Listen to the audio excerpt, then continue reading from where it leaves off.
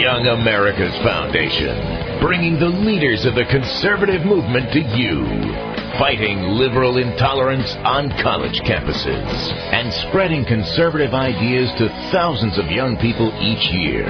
For more information, please go to www.yaf.org. Guys, I know you guys are going to give me such a nice podium, I wouldn't have worn pants. That was a very interesting introduction. It's interesting you went to the Amazon page. I'm in fact the first author in the history of Amazon to have his web page at Amazon hacked twice, where they replaced pictures of the book with pictures of me and a Hitler mustache, and that was one of the nicer things that they did. What is it that Mike Huckabee used to quote, that Air Force guy used to say, you know, if you're catching flack, you must be over the target. Which reminds me, the best thing on my CV or my resume or my bio that was left out is, in fact, that I'm an LA Times columnist, and when the LA Times picked me up, Barbara Streisand very publicly canceled her subscription to the newspaper.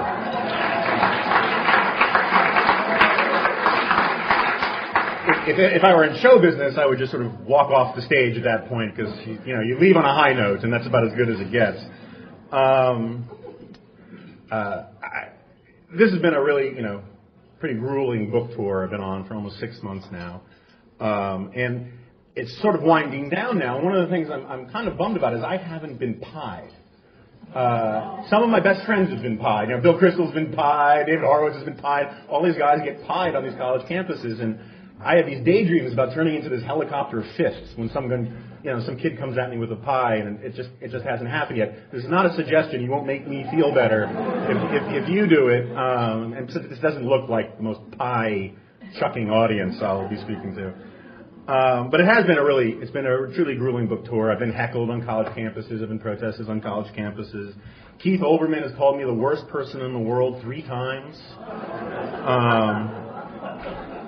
For those of you who don't know what Keith Olbermann is, he's a TV personality with extremely important hair. And I don't think he really appreciates that I'm such a pain in his ass, because that's the fastest route to his brain. Just yesterday, flying into actually we flew into Long Beach. It was rough. My plane, we had to do this corkscrew landing, and then when we hit the tarmac, we had to run out under sniper fire.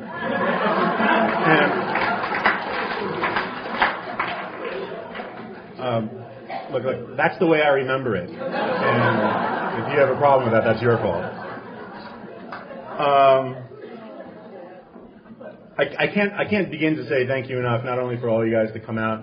I was going to say come out on a pretty day, but that's all you have out here. But the Young America's Foundation has been enormously supportive of me. Long before I was this #1 New York Times bestselling guy, when I was eating soup out of the can on my couch, trying to figure out where my next dollar was coming from, the Young America's Foundation was there to help. And they're there to help for an entire generation, several generations now, of young conservatives, both on the learning end, but also on the ability to sort of keep the lights on. And without their work, we would be much impoverished. And I talk to conservative audiences a lot. When I talk to think tanks and stuff, one of the things I like to say is, you should consider yourselves like those Christian monasteries during the Dark Ages, that you keep the light of civilization alive for when the barbarians are ready to receive the good word again and bring, of the organizations that train sort of conservative monks to bring the good word forth, I can think of none that does a better job than Young America's Foundation, and I'm deeply grateful to them. On to the book. I don't have time to get into all the arguments about the book. It's a big, thick, heavy book, and besides, I encourage everyone to buy extra copies.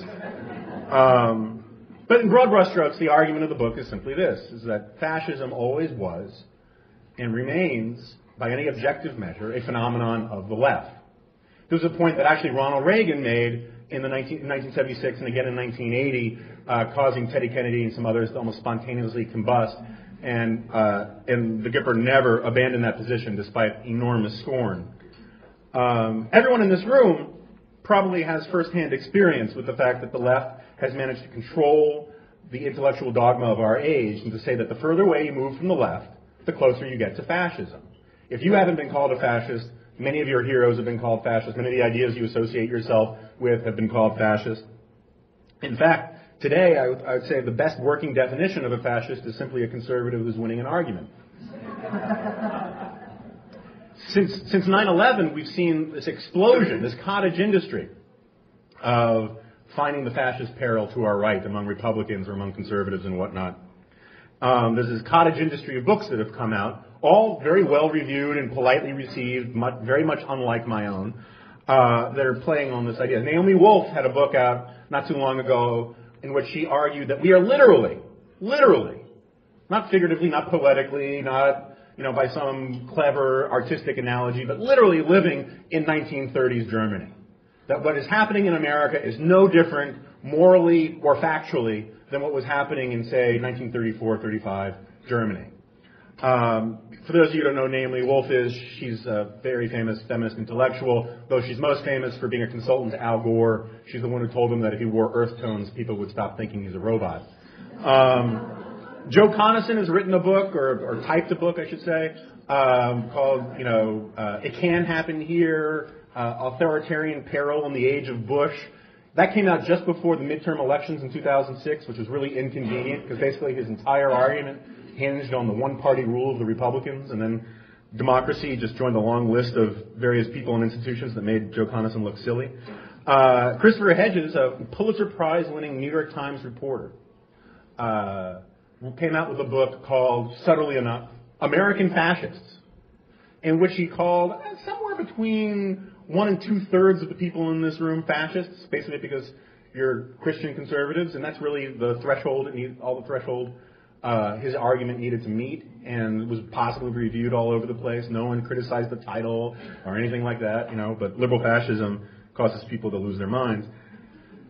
The basic argument since 9/11 that we live in what Janine Garofalo calls the 43rd Reich of the United States is pretty simple, which may explain why it's appealing to so many simpletons. It goes something like this. Bush cracked down on civil liberties, Hitler cracked down on civil liberties. Bush launched a war of terror, Hitler launched a war of terror. Bush invaded countries, Hitler invaded countries. Bush lied, Hitler lied. Bush is mean, Hitler was mean. Auschwitz, Guantanamo, what's in a name? Now, the stupidity of this nonsense should be fairly self-evident. But why is the stupidity so prevalent? Why is it so appealing?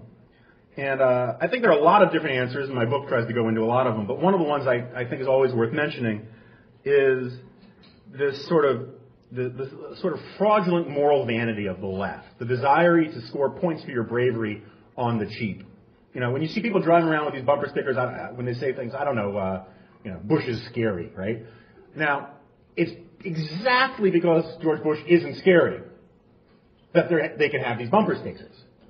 No one was driving around in Saddam Hussein's Iraq with bumper stickers that said, Uday and Kusei really scare me, right? No one was riding around on their bicycles in North Korea saying, Kim Jong-il is a bad man. It is only because George Bush isn't going to round anybody up. It's only because George Bush isn't that scary that people can get away making these sorts of arguments, making these sorts of claims.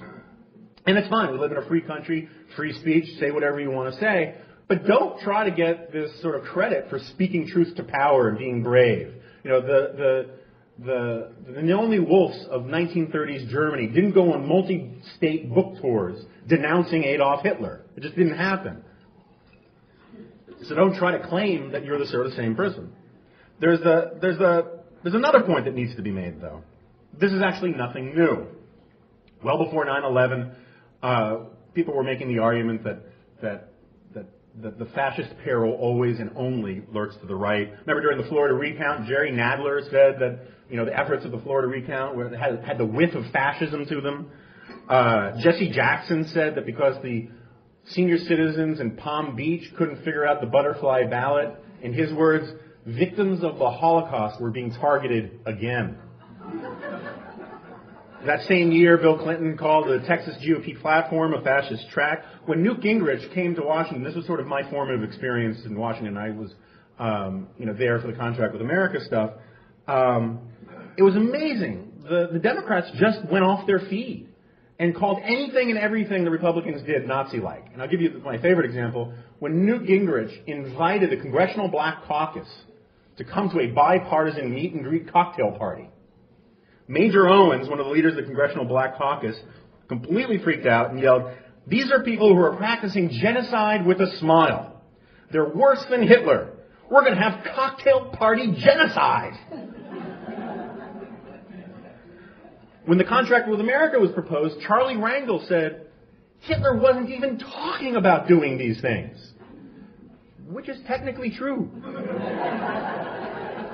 Hitler wasn't proposing zero-based budgeting or term-limited committee chairs or any of that kind of stuff.